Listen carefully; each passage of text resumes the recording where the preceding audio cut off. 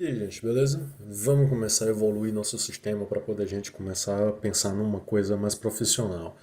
A partir de agora, a gente vai numa pegada para poder literalmente fazer o nosso sistema, tá bom? Então, a gente precisa primeiro compreender algumas coisas. Antes de continuar, eu quero mostrar uma coisinha bem rápida para vocês. Eu vou criar a pasta desse conteúdo que a gente vai trabalhar hoje, certo? Eu vou botar aqui, ó, C13 underline sistema 2.0. Por que 2.0? A gente vai fazer uma grande mudança nele. A gente vai botar o nosso sistema para poder rodar sobre um banco de dados. Então, uma grande mudança, a gente vai trocar a versão. E aí eu vou criar dois arquivos temporários aqui. Eu vou chamar aqui de funções.py e também vou criar o principal.py. Tá certo? A gente não vai programar nesses arquivos para o que a gente vai fazer, não. Eu só vou usar ele para poder demonstrar umas coisas para vocês. Bem, aqui no funções eu vou colocar duas funções rápidas. Vou botar o def cumprimenta. Esse cumprimenta, ele vai print olá, tudo bem. Tá certo? Então, o que é que eu vou fazer com isso? Veja bem, deixa eu colocar uma outra função aqui só para poder explicar uma coisa melhor para você. Se despede. E aí eu coloco um print até depois.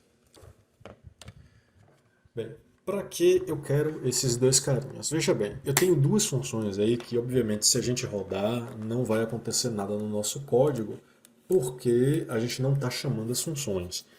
A gente sabe que as funções elas armazenam código, entretanto, esse código só roda se a gente chamar. Então, se eu rodar aqui o algoritmo, nada vai acontecer. Agora é o seguinte, eu não quero usar isso. Hoje eu coloquei, pronto, tá certo, no funções. Eu não quero usar isso no funções. Eu quero usar isso em principal. Então o que é que eu vou fazer? Eu vou fazer com que o código que eu coloquei aqui venha parar dentro de principal.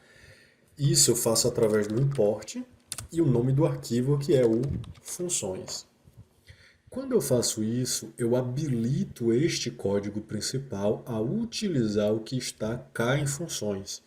Então eu posso chegar aqui e dizer, ó, funções ponto cumprimenta, não foi isso? Foi, cumprimenta. Então, cumprimenta. Quando eu faço isso, eu vou rodar o principal, tá? Eu não vou rodar o funções, eu vou rodar o principal. Apertar aqui, ele vai lá e, olá, tudo bem. Então, o que foi que eu acabei de fazer? Eu trouxe o código que está dentro de funções para dentro de principal. O que é que eu acabei de fazer? Eu construí a minha própria biblioteca. Então, observe que este código daqui, que é o código principal, eu vou colocar um do lado do outro para poder facilitar. Este código principal, ele não tem em lugar nenhum escrito olá, tudo bem. Entretanto, ele vai lá no funções, chama cumprimenta e executa o código que está lá dentro. Tá certo? Então, o que foi que eu acabei de fazer? Eu construí a minha biblioteca e aqui eu importei ela. Tá certo? Então, com esse recurso, a gente pode organizar muito melhor o nosso código, que facilita uma visualização mais bacana das coisas funcionando. Tá bom? Fora o fato de que o conceito de biblioteca vocês já conhecem, que a gente já usa tem um tempo. Uma outra possibilidade é que a gente dá um nome. Se a gente não quiser usar funções para poder se referir todas as vezes a esse código, essa biblioteca que a gente acabou de criar, a gente pode dar um outro nome a ela. A gente faz assim, ó, as f. A partir de agora, todas as vezes que você quiser usar funções, você simplesmente usa f. Então, ó, f ponto, cumprimenta. Vou rodar este código e aí, ó, olá, tudo bem. Tá certo? Então, se vocês entenderam isso, vai ficar muito mais fácil a gente construir o nosso sistema. Deixa eu explicar para vocês o porquê eu preciso disso. Deixa eu abrir aqui o quadro. Veja bem, quando a gente desenvolve o sistema, a gente desenvolve através de um modelo que é conhecido como padrões de projeto. Padrões de projeto. Tá certo? Bem, Esses padrões, ele tem um conjunto, eles, não é um só, eles têm um conjunto de regras que permite que a gente desenvolva de uma forma mais eficiente possível, evitando assim reescrever código, tá certo? Existem vários projetos, cada um se adapta a uma situação específica melhor do que outro. Um dos padrões mais fáceis de se conhecer, de se trabalhar é um padrão conhecido como padrão MVC, tá certo? Que é o padrão Model, View, Control, tá certo? Esse padrão MVC, ele é um padrão de desenvolvimento em camadas. Essas camadas, elas permitem a gente organizar o código para que quando a gente for efetuar a manutenção de uma das partes, a outra não sofra com essa manutenção. Então, basicamente, a gente tem uma camada do nosso sistema, tá? A camada é uma parte do sistema, responsável por lidar com o banco de dados. Deixa eu voltar aqui. Pronto, banco de dados, tá certo? Database. Outra camada do nosso sistema é responsável pela interação com o usuário. E essa interação com o usuário a gente sabe que ela acontece através das interfaces gráficas, tá certo? E por fim, uma outra camada que tem o código que efetua todo o processamento de dados do nosso sistema, que é literalmente o código pesado da nossa aplicação, tá certo? Então, a camada de modelo é a camada de banco de dados. A camada view é a camada das interfaces gráficas, aonde o usuário vai inserir as informações, clicar nos botões, etc. e tal. E o código é literalmente todo o código que a gente escreve que vai pegar os dados da camada view, tratar e vai trabalhar inserindo e consultando os dados dentro do banco de dados. Então, por exemplo, quando a gente faz o login no nosso sistema, tá bom? Quando a gente vai fazer o login, botar uma tela de login aqui bem aqui. Então, login, e aí vem o campo, senha, e aí vem o campo. E aqui dois botões, o botão logar e o botão cancelar. Então, quando você faz o login dentro do sistema, você insere seus dados dentro do sistema. Esses dados, eles vão para dentro do código. O código vai lá no banco de dados, consultar se esses dados que foram inseridos aqui estão corretos ou não estão. Então a gente tem aqui a camada de visualização, a camada de modelo e a camada de, e a camada de controle. Tá certo? Então, as três camadas elas interagem justamente para poder apresentar o sistema para a gente. Cabe ressaltar que essa direção aqui dos dados, ela é de mão dupla, tá certo? Então os dados vão e voltam do banco de dados, vão e voltam para as interfaces, tá beleza? Então, com isso explicado, se vocês entenderam bem, a gente vai fazer justamente aqui agora o nosso desenvolvimento do sistema respeitando essa metodologia, excluir aqui, essa metodologia de Model View Control, certo? Ou seja, essa metodologia do padrão MVC. A gente vai utilizar o padrão de projeto para desenvolver o nosso sistema. Inicialmente eu pensei em pegar o código do sistema que a gente já tinha feito para poder mudar a metodologia de salvar dados dele de vetores das listas, certo? Para banco de dados. Só que à medida que eu ia adaptando esse código, eu fui percebendo que a gente vai ter uma carga de trabalho muito maior do que se a gente construir do zero. Acredita em mim. Então tem muitas coisas aqui dentro desse código que faz aqui, por exemplo, ó, tá vendo? Faz chamadas a três listas diferentes. E com o nosso banco de dados vai ser muito mais fácil fazer isso daqui, porque a gente vai fazer uma chamada só, já que é um banco de dados apenas. Tudo bem?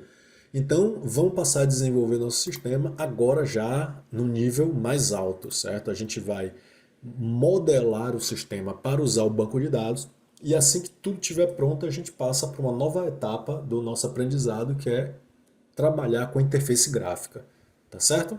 Então, tem a pasta aqui C13, eu vou criar dois arquivos, um dele é o modelo.py e o outro arquivo, certo? Que é o controle. Eu ia colocar principal, mas vou chamar de controle mesmo, por enquanto. Até para poder ficar fresquinho na cabeça de vocês a relação entre eles. A camada de visualização, a camada de view, a gente faz depois, tá certo? E isso a gente deixa bem mais para frente, que é relativamente a parte mais fácil de todas, já que não tem muito código, não tem muita lógica envolvida no processo. Então vamos lá, vamos trabalhar em cima de modelo. Para isso eu vou preparar o meu banco de dados para esse código aqui usar, certo? Dá uma olhada aqui, o champ não está funcionando, então vou lá abrir o carinha, champ. Os processos estão iniciados, certo? Então, do lado de MySQL, eu venho aqui em admin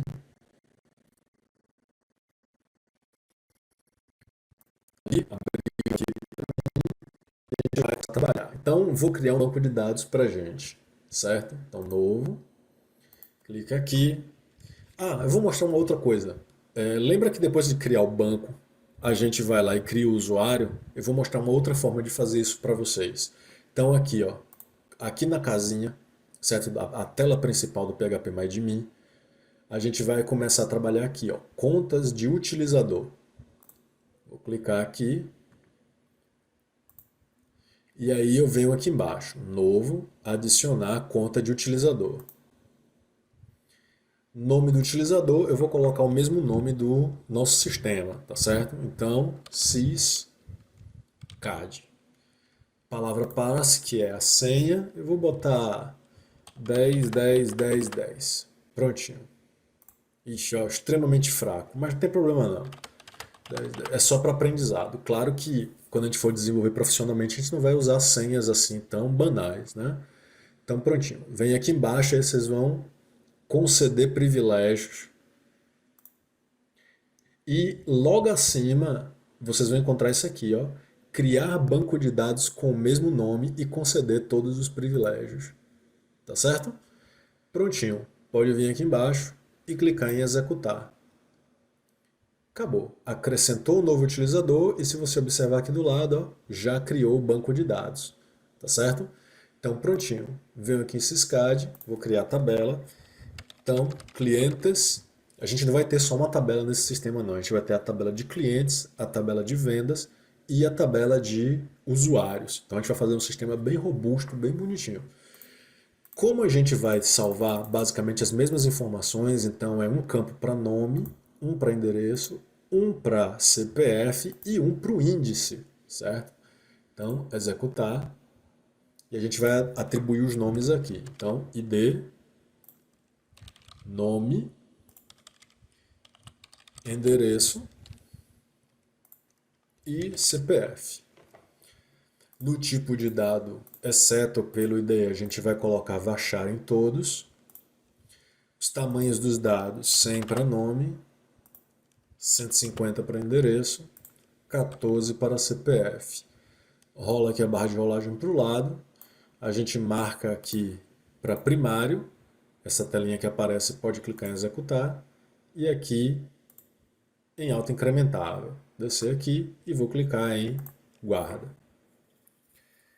Prontinho. Criado nossa tabela. A gente vai fazer uma modificação diferente em relação a que a gente fez das últimas vezes. O CPF, ele só pode existir um por pessoa, tá certo? Então a gente vai pedir para o nosso banco de dados nos precaver caso tente haver um cadastro da mesma pessoa duas vezes. Então, com o CPF aqui selecionado, a gente vem aqui e clica em único, tá certo? Então, aqui em cima, ele informa que o campo CPF foi transformado num dado do tipo único. A partir de agora, não podem haver dois CPFs dentro do nosso banco. Tá tudo bem? Então, muito bem. Feito isso, vamos passar para o nosso desenvolvimento, tá certo? Deixa eu abrir aqui o ato e vamos lá. Então, na camada de modelo, a gente vai começar a trabalhar. Então, para poder trabalhar com banco de dados, import MySQL connector. E agora a gente vai fazer um pouco diferente da aula que a gente teve só sobre banco. Na aula que a gente teve sobre banco, a gente escreveu o código das coisas um embaixo do outro, e por aí foi. Então, na hora que eu queria. A primeira coisa que a gente fez foi inserir os dados. Depois a gente fez, se não me engano, o relatório. E aí, para poder exibir o relatório, tinha que cadastrar mais uma pessoa, né? Porque o código estava todo estruturado, seguindo uma lógica reta. Agora não, a gente vai organizar para o código só rodar o que a gente quiser, tá bom? Então a gente vai escrever tudo dentro de funções. Então, todas as vezes que eu precisar interagir com o banco de dados, a gente sabe que precisamos nos conectar, conecta ao banco. Tá certo? E aí eu preciso saber qual é esse banco de dados.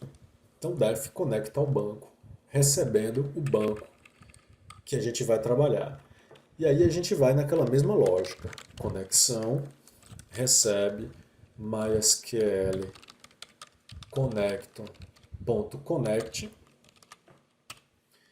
E aí a gente vai colocar o host, que a gente sabe que neste caso está na nossa própria máquina, então é localhost, vírgula, o usuário que a gente criou, que é o Syscad, vírgula, a senha que a gente colocou, né? Eu no caso coloquei o 101010. E por fim, deixa eu organizar aqui, sem querer eu apertei a tecla errada, o banco. Então, o banco, eu não sei qual é o que eu vou me conectar. Então, eu vou colocar o dado que vier como parâmetro aqui. Então, vai receber o banco. Tá certo? Prontinho. Aí, presta atenção numa coisa. Ainda dentro da função, a gente vai fazer o seguinte. Quem chamar conecta ao banco vai receber a conexão para poder usar do jeito que quiser. Então, se quem precisar se conectar ao banco for fazer um relatório, ele recebe a conexão e faz o relatório, ou seja, consulta os dados no banco para o relatório.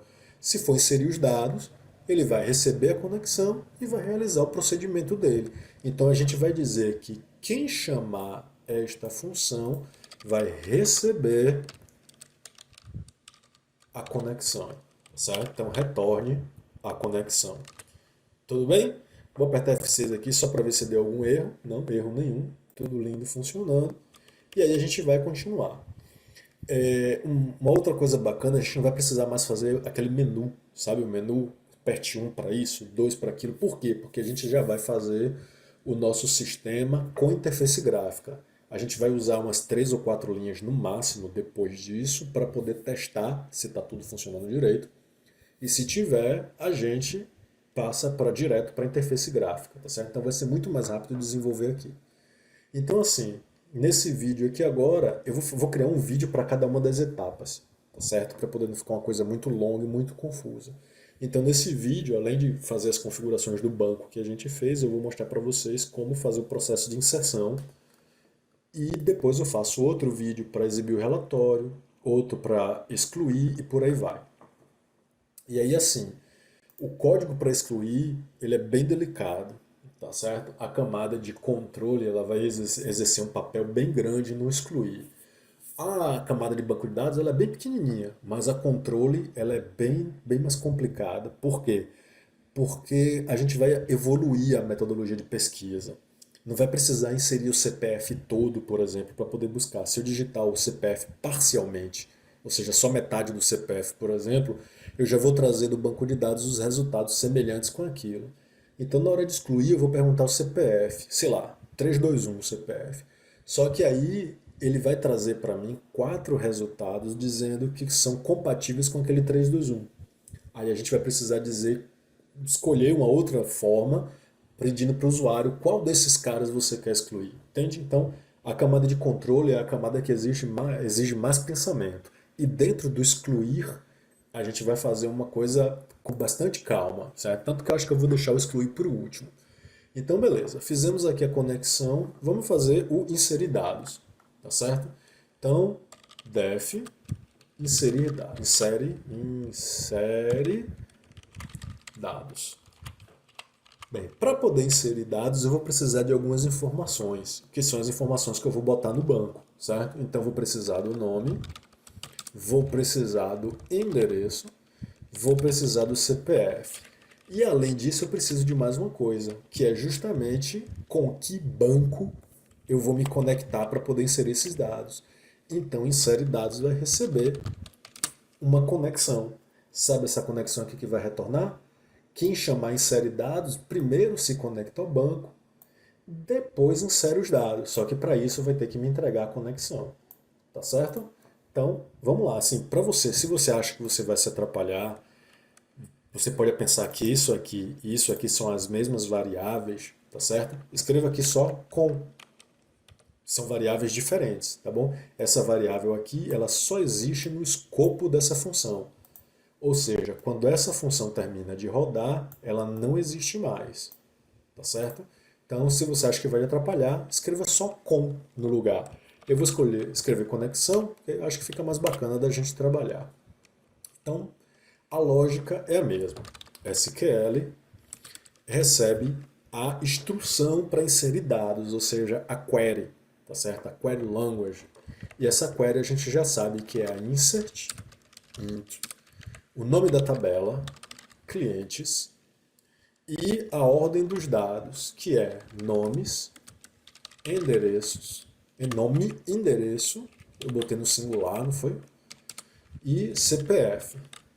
Nesses campos, coloque os seguintes valores. A gente podia colocar isso aqui, certo? Direto, mas eu vou preferir fazer com inject, que é %s, %s, %s. E vou criar uma lista com os valores que eu vou usar. Ou seja, nome, vírgula, endereço, vírgula, CPF. Pronto. Bem, agora a gente vai mudar um pouquinho da forma como a gente viu lá no outro, tá certo? O que é esse pouquinho que a gente vai mudar? Lembre-se que eu coloquei o campo CPF para poder ele ser um dado único. Então a gente não vai simplesmente cadastrar, a gente vai antes tentar cadastrar. Se o banco de dados me disser que aquele CPF já existe, então eu não cadastro, tá bom? Você pode pensar, a gente vai usar um controle de fluxo do tipo if else. Bem, até daria, mas não é a melhor das opções. Existe uma cláusulazinha chamada de try. Ela serve para poder fazer o tratamento de exceções dentro do nosso sistema, tá bom? Então, uma dica para vocês. Todas as vezes que vocês forem lidar com duas tecnologias diferentes, utilizem a partícula try, tá certo? Por vários motivos, vários motivos. Vou dar um exemplo bem simples. Você faz um programa que se conecta à internet, só que aí não tem internet. Então seu sistema vai travar e fechar. Isso causa uma experiência ruim para o usuário. Então com o try-catch, ao invés de travar e fechar, ele faz uma outra coisa diferente. Por exemplo, exibe uma caixa de mensagem para o usuário dizendo que a internet não está disponível. Tá bom? Então, como eu vou lidar com o banco de dados, é aquele mesmo casinho, né? Try, são duas tecnologias diferentes. Tá bom? Então vamos lá. Ó. Cursor recebe conexão ponto cursor. Cursor ponto execute esta query trocando aqueles porcentos L lá por esses valores daqui. E aí, como eu fiz uma alteração no banco, eu troquei a situação do banco, a gente faz um commit, tá bom? E aí uma coisa nova é bastante importante para gente. Quando isso daqui acontecer, eu preciso liberar a conexão com o banco de dados para que outras partes do meu sistema façam as suas partes. Além de, é claro, né, não ficar ocupando memória RAM troco de nada. Então o que a gente vai fazer aqui? A gente vai fechar o cursor e vai fechar a conexão. Então, ó, cursor.close. Conexão ponto, opa, conexão, ponto, close, tá certo? Com isso a gente fecha o cursor, fecha a conexão e libera para outra parte do sistema usar depois. Então todo try ele tem um correspondente, sabe? Da mesma forma que o if tem o else, só que nesse caso o else ele é opcional, né, da gente usar. O try ele exige uma outra partícula que é chamada de except. Então o except ele vai te perguntar o seguinte: qual é o erro que eu vou tratar caso aconteça? Ou seja, para poder não deixar o programa travar e fechar. Esse erro é o seguinte, ó, a gente vai capturar, certo? Erros do tipo mysql.connector.erro e vai dar um nome para ele. Eu vou chamar de erro, erro mesmo, tá? Isso aqui é uma variável, você pode dar o nome que você quiser, tipo jaca, certo? Só que não faz sentido, então eu vou chamar de erro. Então, quando acontecer um erro com o MySQL, você captura esse erro. E aí a gente vem, ó, se o erro, ponto, erro, número, tá bom? Isso é um erro, número, é um atributo do MySQL Connector Error, for igual ao 1062. O que é esse erro do 1062? Já existe um CPF cadastrado, tá certo? Esse é o erro 1062. Você está tentando colocar dois dados iguais em um campo único. Qual é o campo único que a gente tem? O CPF, tá certo? Aí eu vou botar um print, mas depois a gente muda isso para uma telinha, tá? Uma caixa dizendo esse CPF já existe, então CPF já cadastrado. Quando a gente passar para a camada de visualização, a gente vai lá e troca esse print por uma caixa de mensagem. Tá certo? Então, pronto. Acabou. Fizemos o insere. Tá certo? Bem, então vamos passar para a próxima etapa. Eu vou parar esse vídeo aqui e aí depois eu volto com mais dois métodos para poder a gente concluir. Então o método insere já está pronto. Até daqui a pouco.